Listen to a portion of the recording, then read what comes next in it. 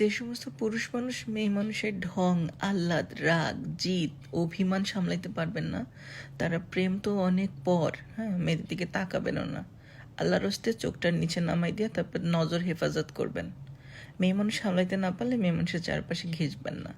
আর বিয়ের নাম যদি মুখে নেন তাহলে 24 ঘন্টায় বউয়ের 48 রকমের মুড সুইং হবে, বউয়ের 32 ধরনের রাগ হবে, মেজাজ হবে, ক্ষোভ থাকবে, অভিমান থাকবে।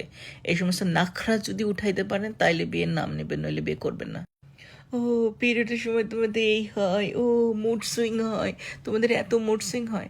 হ্যাঁ, আমাদের মুড সুইং হয়, এবং এই মুড সুইংগুলো আমাদের সামলাইতে গেলে আমাদের নানান ধরনের জীবন যাপন অতিষ্ঠ হয়ে যায়।